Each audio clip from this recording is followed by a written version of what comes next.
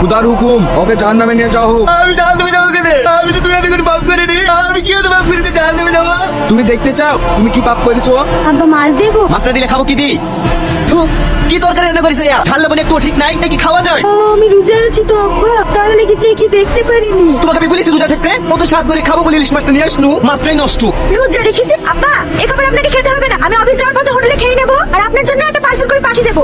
আমারই ভুল হয়েছে, ভিখারি বাড়তে ছেলে দিত। বাবু বাড়িতে আছেন? হ্যাঁ, কে?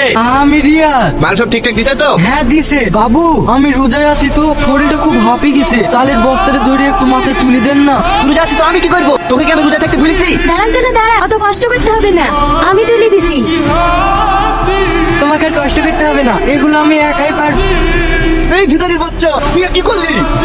রাত পড়ে গেছে বাবু, আমাকে ক্ষমা করে দে, রমজান ভাই। যা সর।